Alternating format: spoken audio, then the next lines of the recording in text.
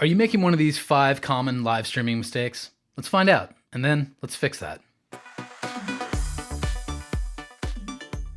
Okay, first common problem, bad lighting. If there's a light source behind you, like a powerful lamp or daylight coming through a window, your video is gonna look blown out and cheap. How does that look? Not good.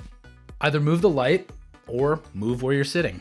Some people have fancy lighting setups with lights over there and a hair light and a ring light and all that stuff. You don't need that to have a good live streaming look. You just need one good light source in front of you, lighting your face. You know what the most natural looking solution is? Sunlight coming through a window. And daylight is free, so if you live stream during the day, a window is your best friend. Second common problem is bad cameras. And no, you don't need your live stream to look like it was shot by Roger Deakins or something like that.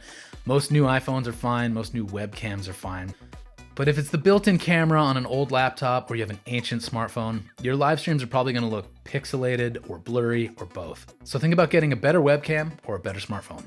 Third problem, bad framing. Framing just means you're being deliberate about where you are positioned within the shot. You could appear kind of off to one side or another and kind of use the background for contrast, but chances are viewers are tuning in to see you and not your apartment, so it might make more sense for you to be front and center. And although, yeah, it's nice to see some of the instrument that you're playing, what's really most important is getting your face present in the video, because the expression in your face and the emotion in your eyes is what the audience is going to be drawn into.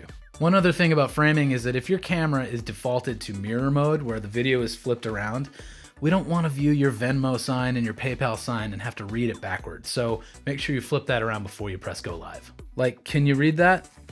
Now you can. Fourth common problem is bad audio. If you're using your camera's built-in mic, then there's going to be some trade-off between the audio and the visuals because you're using the same device to capture both. If you're playing acoustically, don't be too far away from the camera because then the audio is going to be really quiet. If you play really loud, then don't get too close to the camera because then the audio is going to be all blown out and distorted. Also, don't position your camera in a way where the microphone is next to a really hard, flat surface because it'll create all these weird reflections and echoes and can also sound really tinny and distorted. One way to solve that problem is to get an affordable mic that plugs right into your phone, like Shure's MV51, and then you'll have a little bit more flexibility between where the mic is positioned and where the camera is positioned. No matter what route you go, make sure you do a test beforehand, record it, and listen back with headphones. Make any adjustments then because it's not going to get magically better when you press go live. The last common problem is that your live stream is just bad.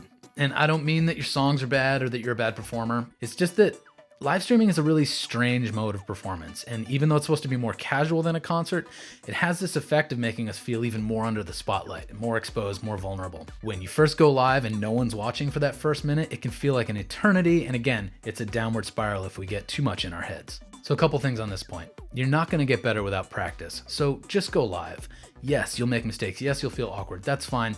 Remember, you can always delete the video afterwards if it's a total disaster. But also, yes, you're inviting people into your own private world, and while that can make us feel exposed, at the same time, it also gives you permission to be even more yourself. So take a deep breath and just be you. That's why people are tuning in anyways.